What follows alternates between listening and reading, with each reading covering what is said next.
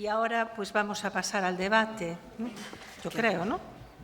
Entonces, si por favor las personas que han sido ponentes se pueden incorporar a la mesa.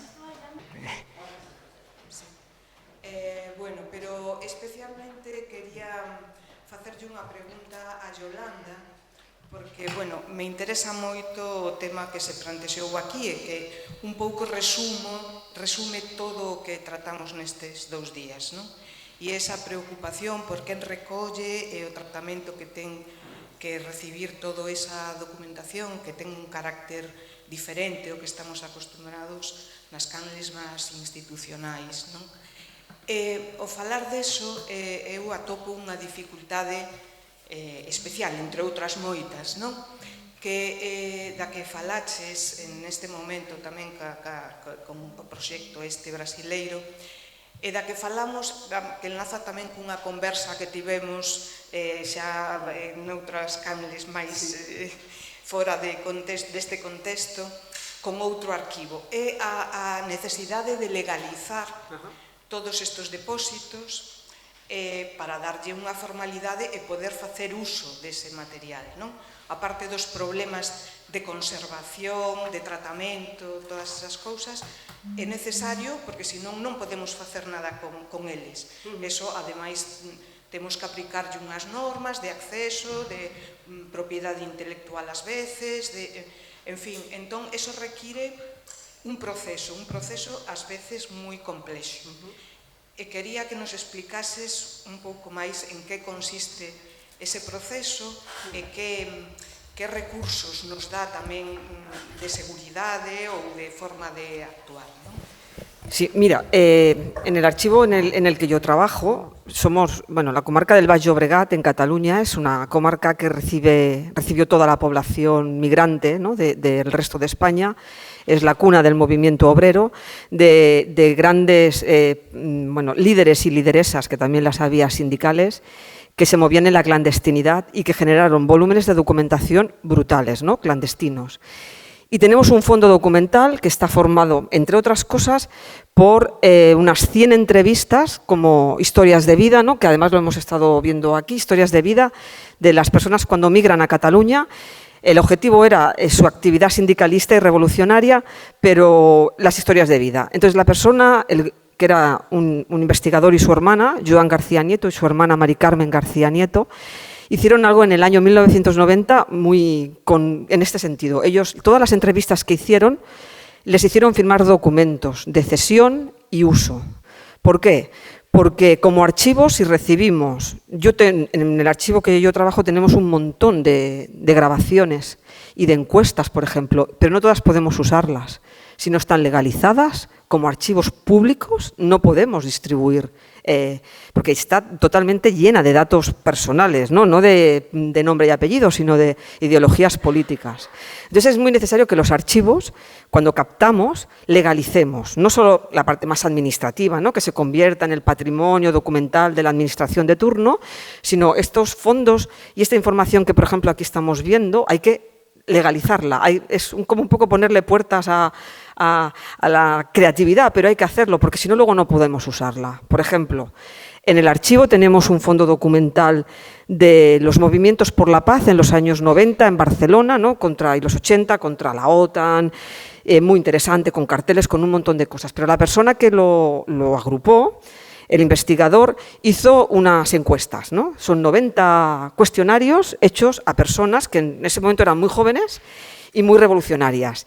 Y muchos de estos cuestionarios ahora son, pues a lo mejor, políticos de ciertos partidos que ya no son tan revolucionarios.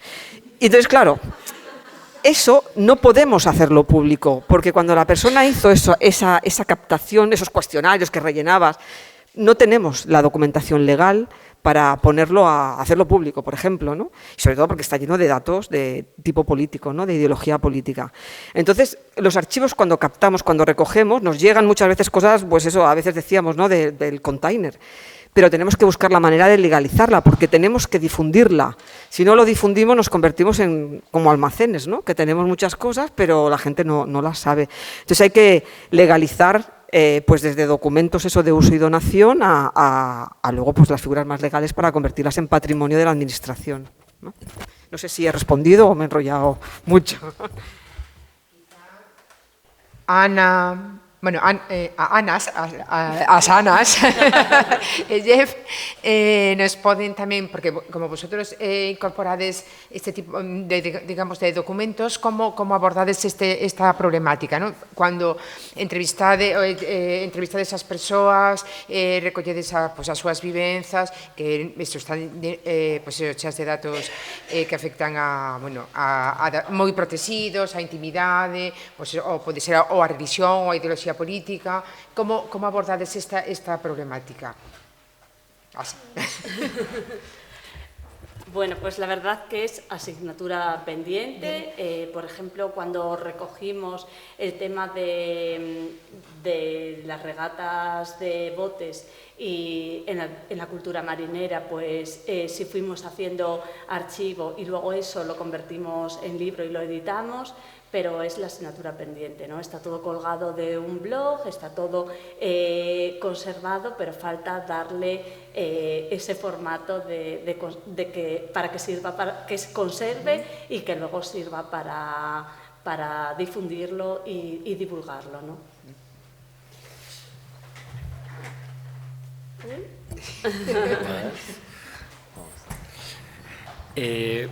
Pues en nuestro caso, pues lo comenté un poco, pero el tema de archivar las historias no lo hemos trabajado mucho, en el sentido que no sabíamos bien cómo trabajarlo, sobre todo pues, los jóvenes con quien se trabajaba. Pues, a ver, en algunos de los pueblos donde trabajamos son muy pequeños. Entonces, claro, lo que dice un vecino, pues, aunque quitamos los nombres y todo eso, muy rápidamente se puede saber quién es y todo eso, y puede tener un impacto dentro de la comunidad. Entonces, claro, es un tema un poco delicado. Entonces, es verdad que sí que cuando hicimos esas bibliotecas y que hablamos con la gente, se grababa todo, bueno, todo, si lo hablábamos con las personas y si nos dejaban grabarlo, se grababa, pero con fines de luego poder utilizarlo para esa pequeña publicación que hemos hecho o trabajos posteriores. Es también asignatura pendiente de ver cómo podríamos utilizar ahora ese conocimiento y poder difundirlo de una manera que respete tanto la intimidad de las personas como su seguridad en algunos casos y todo eso. En otros talleres que hacemos, que lo lleva Eva, una compañera, hacemos talleres de memoria en pueblos, en aldeas muy pequeñas, trabajamos mucho con las mujeres y ya lo tienen más controlado. Entonces ella además trabaja en una editora, entonces sabe trabajar esos temas, pero tenemos mucho cuidado con eso sobre todo porque trabajamos en sitios muy pequeños donde pues, cosas que salen y que no deberían salir podrían ser un problema. Entonces, y tenemos un pequeño archivo, pero no tanto es más, trabajamos más temas de fotos o canciones o cosas así. A nivel de narrativa no lo hemos trabajado tanto, pero pienso que con los proyectos que estamos llevando ahora es algo que vamos a trabajar más. Pero penso que despois de coñecer a nosa historia, ela si pode darnos a fórmula, non? Sí.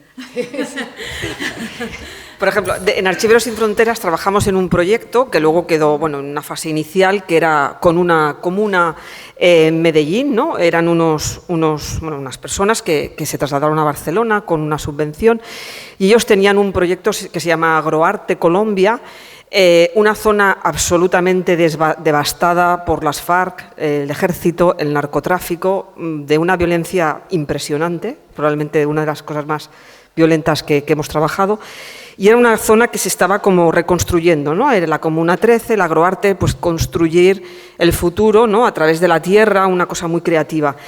Y ellos tenían un archivo, ¿no? Y que iban a construir en base a todos los testimonios, ¿no? Y aquellos testimonios eran personas que habían pertenecido al narcotráfico y trabajamos con ellos, unas pautas, ¿no? Porque al final es muy complejo, ¿no? Pero trabajamos el Memorial Democràtic de Cataluña tiene una guía que es sobre historia oral, que es muy práctica, no tanto para historiadores, ¿no?, que es así como, sino muy práctica, incluso para los estudiantes, de cómo hacer entrevistas orales. O sea, lo que hay que hacer es una organización previa, una plantilla, la información que te van a donar, ¿no? Normalmente cuando alguien viene a explicarte su historia te trae unas fotos, te trae un carnet, pues todo esto, ¿cómo lo recoges? Las pautas, ¿no? Si no me equivoco, los expertos en historia oral, ¿no?, 1 hora de hablar son 9 horas de transcripción. Por lo tanto, las entrevistas tienen que ser algo dirigidas, porque luego tienen que ser indexadas para poder ser utilizadas, ¿no? Porque si no son discursos eternos chulísimos, pero a lo mejor luego a los estudiantes les cuesta trabajarlos. Y trabajamos con unos documentos, les dimos como unas pautas, ¿no? Les pusimos lo que decía antes, ¿no?, puertas a su creatividad, que era asombrosa, pero para que fueran recogiendo todo esto que hacían, ¿no? Pues documentos que miramos un poco con la legislación colombiana, de cómo podían dar la información, qué datos tenían que proteger, cómo podían hacer, ellos se movían todo en lo digital, ¿no?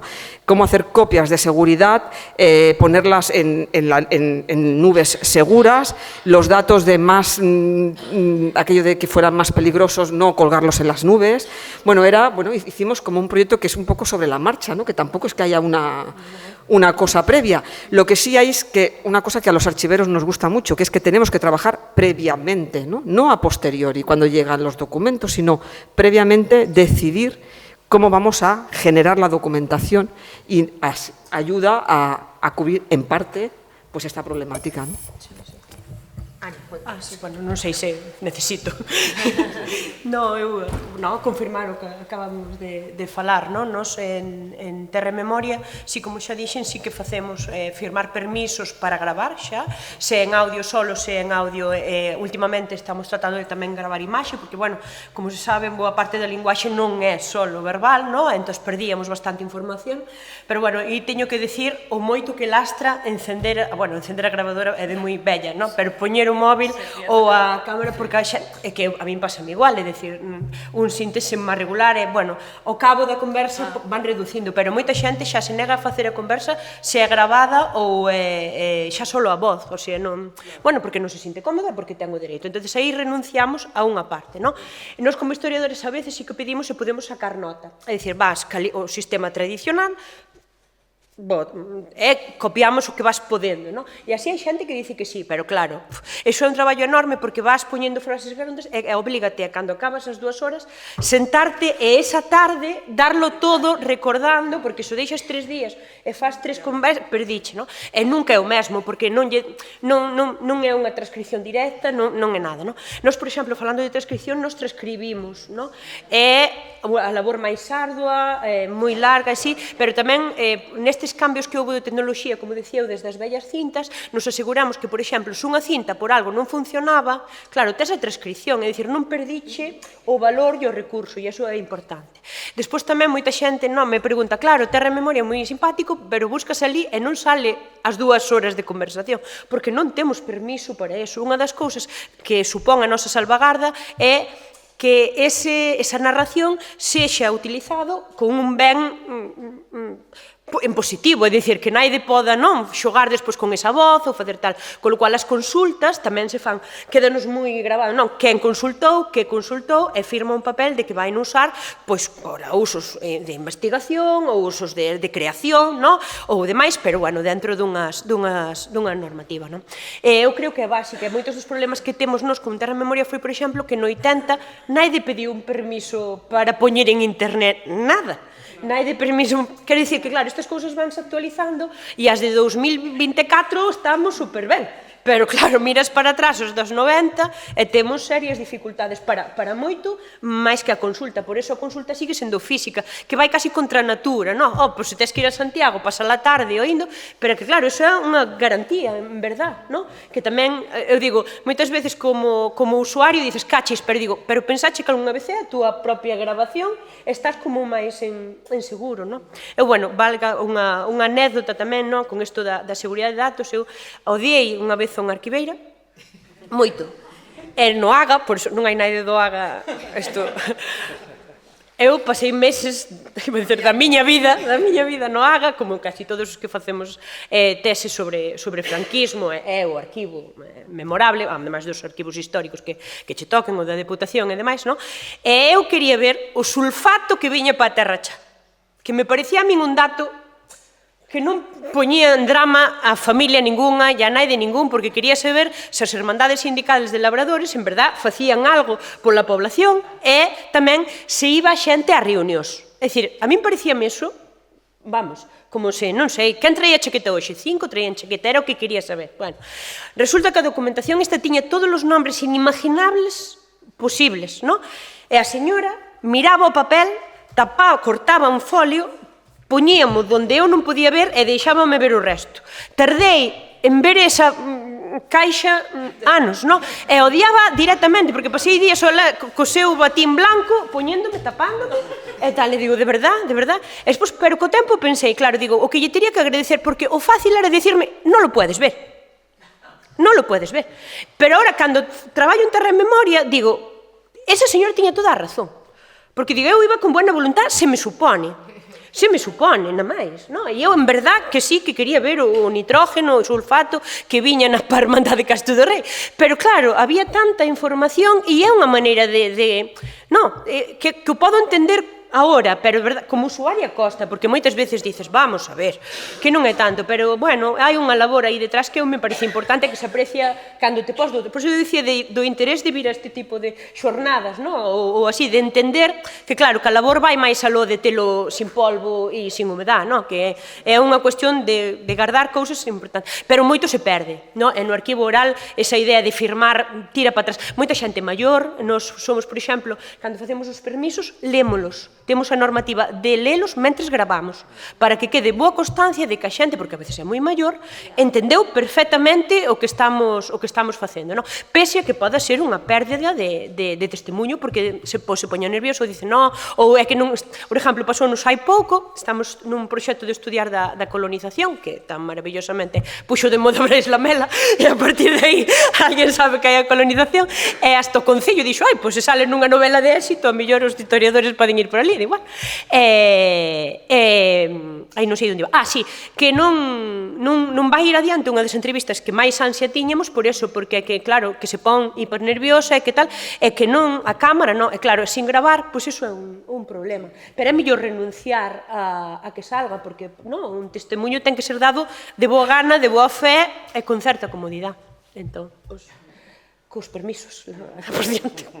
Eu penso que un dos problemas, xa se comentou na xornada de ayer, é que non compartimos espacios ni tempos de traballo, bibliotecas, archiveiros, non? Si tuvera todo integrado e en un proxecto común era moito máis fácil e sería máis exitoso, non? Sí, de certo que sí, de certo que sí. Sí. Bien, sobre el tema este, y independientemente del valor de las aportaciones últimas, creo que corresponde a los organizadores de los proyectos el establecer las salvaguardas y la forma de custodia de la documentación, no a los archiveros. Los archiveros tendrán que resguardar ellos y sus derechos, pero le tiene que venir garantizada de alguna forma la forma de uso de esa documentación, porque si no nos cargamos un problema a los habituales en nuestro trabajo cotidiano. Dicho esto, yo quería hacer una anotación sobre el valor de las aportaciones de hoy, que me han parecido muy relevantes por diversas circunstancias. Hemos tenido desde el entusiasmo entusiasta, valga la redundancia, de Ana y Jeff sobre sus aportaciones y sus encuestas y cómo esa exaltación que Ana pone es capaz de transformar, supongo, a los alumnos en activistas todos dedicados rápidamente a colaborar con sus proyectos. Hemos visto, por otro lado, a Ana María, que ha sido capaz de involucrarnos contándonos un cuento y cantándonos una canción de cura.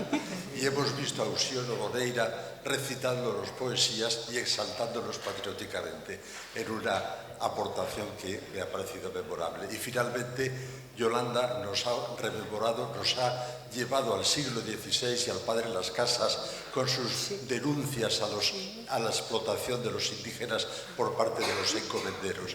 La situación es la misma, varios siglos detrás, y es lo mismo, los de siempre explotando a los pobres de siempre también, sin derechos, y que no los tenga, porque si no, no los podemos explotar. Por lo tanto, es mejor que continúen como están. Dicho todo esto, a mí me parece que la sesión ha sido realmente memorable. Mis felicitaciones a todo el mundo, y nos felicitamos nosotros también por haber conseguido estas aportaciones que me parecen fundamentales y que creo que en las actas que se publiquen en un futuro muy próximo, van a ser una aportación muy interesante para el colectivo. Dicho todo esto, no tengo nada más.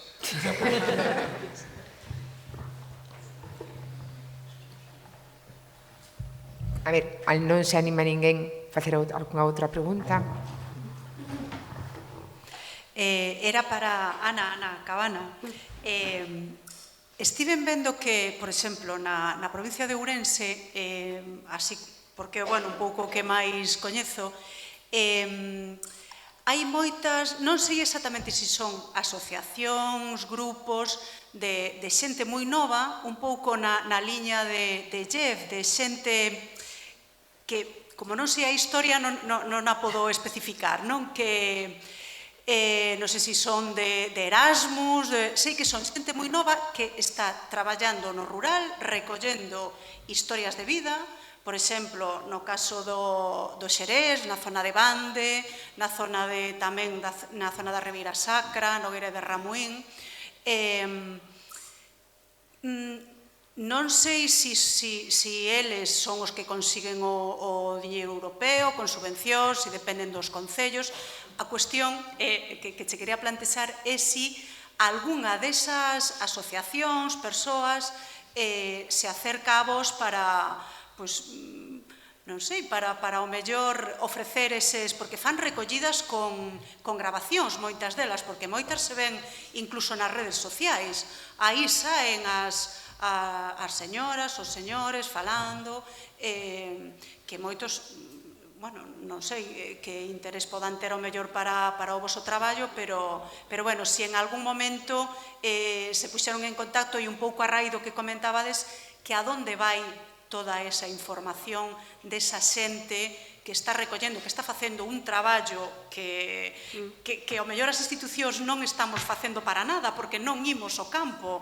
É dicir, por exemplo, no Museo Etnolóxico hai un arquivo sonoro que se fixo nos anos 80 por parte tamén de un historiador, de Raúl Soutelo, que foi, ademais, unha persoa, bueno, que nese momento non se estaban facendo, non? Pero que se deixou de facer, o sea, nunca máis houbo ese traballo de campo. Entón, era un pouco por si coñecías, si se poñen en contacto, ou si se pode establecer algún contacto, non o sei, porque é unha pena que se perdan esas historias de vida, non? Porque hai moito máis do que sale nas redes sociais, entendo, non? Porque... Gracias. Sí.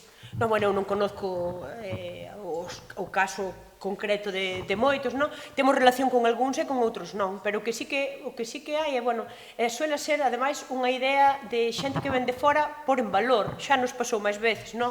Dorotea Schubert non era exactamente de Castro de Rei, non? É dicir, a xente que mira aquí e ve cousas que, e por sorte, efectivamente, moito proxecto europeo así, sí que avala económicamente eses traballos de recuperación que se fan nun concello de Ourense, e vimos aquí, non? Nun en Praga e noutro non sei onde, non? E para eso sí que hai opcións. Moitos son alumnos da facultad, moitos son alumnos que traballan da facultad, falo de Historia ou de aquí de Humanidades. A facultad para min son dous sitios, non?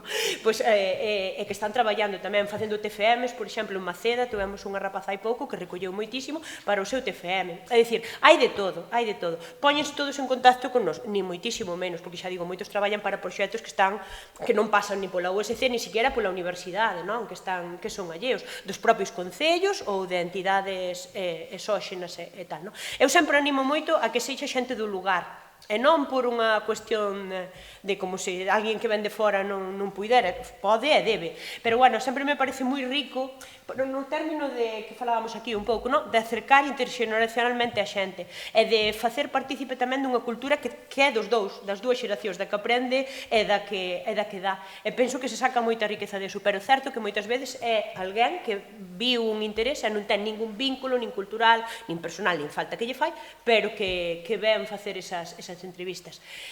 Como está, é un traballo enorme, pero que non sei como está feito desde o punto de vista metodolóxico. Ni siquiera sei que fan.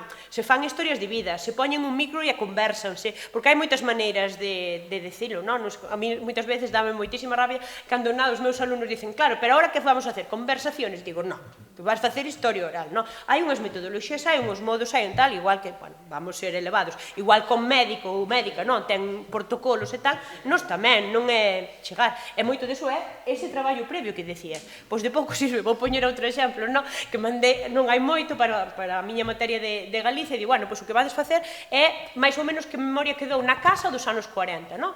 E dice, vai haber moito de, ai, espera, como me salía, do mercado negro, lles dixen. Entonces vamos ler sobre o mercado negro e facéis tal, que pasaba na casa, non? Entonces veo, cando correxín unha das audicións, dicía, a avoa, dicía yo, a pregunta era, abuela, do mercado negro que? E dicía, do que? Dice, do mercado negro. E dixo, pois aquí deso, non? E o rapaz insistía, sí, que dice a profesora que mercado negro houbo en todos os sitios, abuela, que foi superimportante en Galicia enteira, sabe? E a señora, ai, mira, non.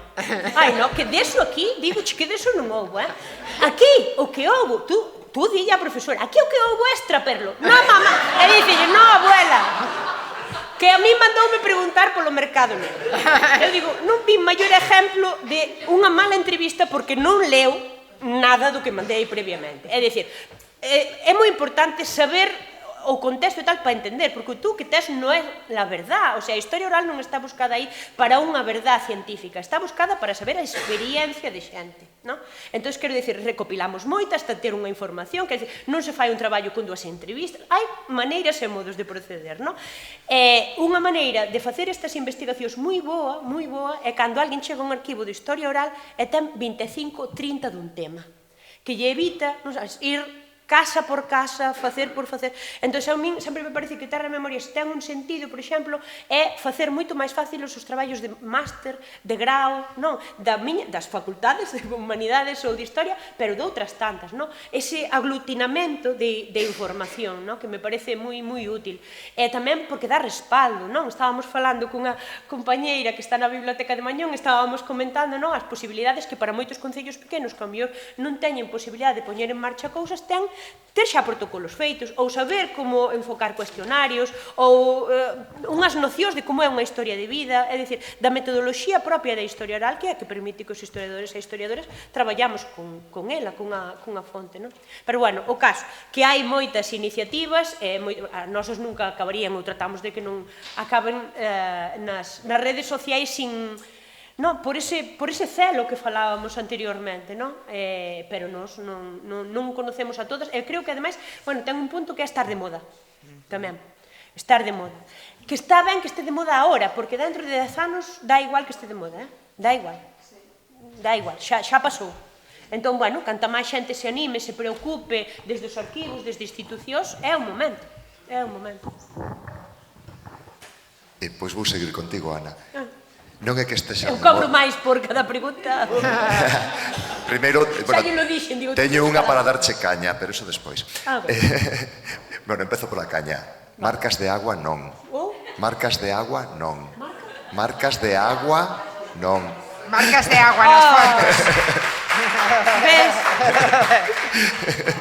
Ben, o que estabas falando agora, de que é unha moda, non é unha moda, é a facilitación das ferramentas para que calquera poda facelo desde a súa casa.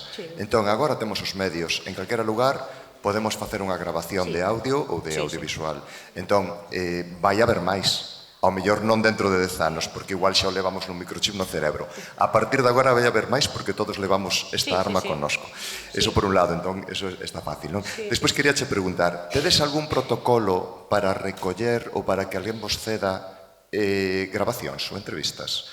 Por un lado. Despois, outra cousa, As entrevistas as tedes transcritas, porque antes falábamos de escoitalas, polo menos para indexalas, non? Pero tedelas transcritas manualmente ou xa utilizades unha ferramenta automática para poder facelo? E despois outra cousa máis, vin nos títulos que teñades digitalizados, hai moitísimos títulos que están tamén xa noutros lados, non? É dicir, Solidariedade Obrera e tal. Estades duplicando digitalizacións que xa existen noutros lugares? É unha pregunta aí, non? Vale, gracias. Era moito. Sí, as críticas, toda a razón, sí. Eu recordo, a miña primeira entrevista oral, como alumna da Facultade de Historia, foi cun radiocassette que tiña este tamaño. Fun ali, non? A Pastoriza, facer varias grabacións con eso. Entón, claro, eso viuse moi facilitado pola tecnoloxía, eso é así. Pero eu tamén penso si que é un boom memorialístico. Non só que teñamos a tecnoloxía, temos tecnoloxía para moitas cousas, pero de repente, a partir de certa altura, quizá os 90 ou así, hai un boom pola memoria. Non só para a historia, que antes era como recuperar unha vía para historiar. Hoxe interesa-nos a memoria, como obxecto de estudo. E iso sí que cambiou nos últimos anos, non só, entendo eu, pola facilitación da tecnoloxía, que claro, maravilla para os de agora. Despois, hai marcas de auga, xa o direi. Facémolo por... Volvemos outra vez á idea de control do que atesouramos ou do que guardamos, pero seguro que hai maneiras ben mellores, que non sabemos. Transcripción da maior parte. Vamos lentos, é dicir, así como decía de que, bueno, catalogar ou poñer é máis ou menos algo que podemos facer unhas horas todas as semanas, transcribir é que leva moitísimo. Temos unha moi grande parte do fondo transcrito, sobre todo canto máis antiguas, quero dicir, se me dices, tedes algunha do 23-24? Pois moi poucas, pero das 90 prácticamente todas, non? É unha idea de, o que falábamos, de o cambiar de formato, tuvemos moita precaución de que algo fora mal, non? Dime, non usamos, probablemente por non saber, pero, bueno, a maior parte da xente dicen que a inteligencia artificial e outras cousas así funcionan ben con idiomas, pois, o castelán creo que va moi ben, non? Pero, bueno, o galego do Ézaro, sabes? Digo do Ézaro como de Castro de Rei, é dicir, é un galego con acento, palabras moi marcadas e tal, ten dificultad. Seguro que facilitaba, Seguro, porque é unha labor moi ingrata, quero dicir, hai veces as primeiras transcripcións témonos a máquina. É dicir, sí que facilitaba, estou segura, convencida de que aí iremos, non? Bueno, hai bastantes proxectos, que están dando de comer aí, eu teño oído que están como alimentando unha inteligencia artificial que poda entender o que o galego teña certa presencia aí na inteligencia artificial e seguramente eso axudará. De momento non nos estamos usando, pero xa digo, máis o mellor por falta de coñecemento que por falta de utilizar. E despois a digitalización moitas veces non está completa nos outros sitios ou son números que non hai noutros lados ou ademais. Non ten por que ser, neste caso, ademais, entendémolo como sempre falo, o noso, o que ten que ver cas fotografías e ca prensa é un soporte á oralidade. Entón, nese sentido, ao mellor, se está noutro sitio non nos importa tanto, se hai un número duplicado, porque aquí ten sentido con respecto á entrevista concedida. Entón, bueno, tratámoslo así como que non sei cal sería a palabra, pero como un apoio ao audio. Entón, nese sentido, e moitos números non están. Por exemplo, la zarpa hai non máis sitios, pero hai números que non están e demais, non? Entón, aproveitamos para digitalizar. Nosotros, por ejemplo, las digitalizaciones de entrevista oral le puedes poner un OCR por PDF que al menos sirve como buscador, ¿no? Pero bueno, que tienes que hacer la búsqueda. Y trabajamos un proyecto de historia oral con, bueno, colaboramos, ¿no? El archivo con, no Archivos Sin Fronteras, el archivo donde trabajo, con líderes sindicales de la SEAT, y se aplicó un programa informático de lectura y lo que hizo fue que puso todo el texto junto. Entonces, claro, tienes un montón, pero no distingues la pregunta de la respuesta de la... Horror. Sí, pero que al final tienes que volver a escuchar toda la entrevista y... É moita labor. Entonces se tiene que no es tan... que es complicado, que son... É moi ingrato. Sí. Complicado, ingrato, porque y sobre todo, media hora. Y sobre todo no recoge ¿no? Cuando transcribes si sigues un procedimiento de transcripción, hay pautas para decir los silencios más largos de lo normal y todo eso la inteligencia artificial no lo va a recoger, ¿no? Recoge texto puro, que también está muy bien, ¿no? Pero lo que hace el entrevistador de, bueno, pues ahora se ha callado, ahora ha dudado, ahora, ¿no? Se ha reído, todo eso no lo va a recoger en la inteligencia, de momento, ya veremos. Bueno, nos quedan, un aviso de organización. No sé qué. Tenemos que clausurar E as dos temos que estar fora e temos as persoas que se apuntaron bueno, aquí pon cóctel, pinchos, temos que é aquí, vale? La planta 3. Os pinchos son na planta 3, vale? Bueno, entonces, si son así dúas preguntas moi breves. Eu só quero facer unha reflexión que é, digamos, de alguna maneira emplazar as persoas que traballamos nos centros de memoria a que participemos e colaboremos con estas institucións, asociacións, iniciativas de todo tipo para que ese traballo tan intenso e tan non se perda, que seamos centros de confianza, que poidamos conseguir que a xente aporte esas cousas que fixo, que non queden aí, que non queden puntualmente, ou que o mellor son iniciativas que empezan pero que acaban pronto por razóns económicas, pois que non se perda todo ese esforzo. E tamén me gustaría plantear que o mellor hai outras persoas que teñen que participar destas cuestións, por exemplo, tecnólogos, non? Quero dicir, o noso manexo da inteligencia artificial é un desastre. Entón, hai persoas que seguramente poden axudar nestas historias, non? E pouco máis, agradecervos a todos o nivelazo. Gracias.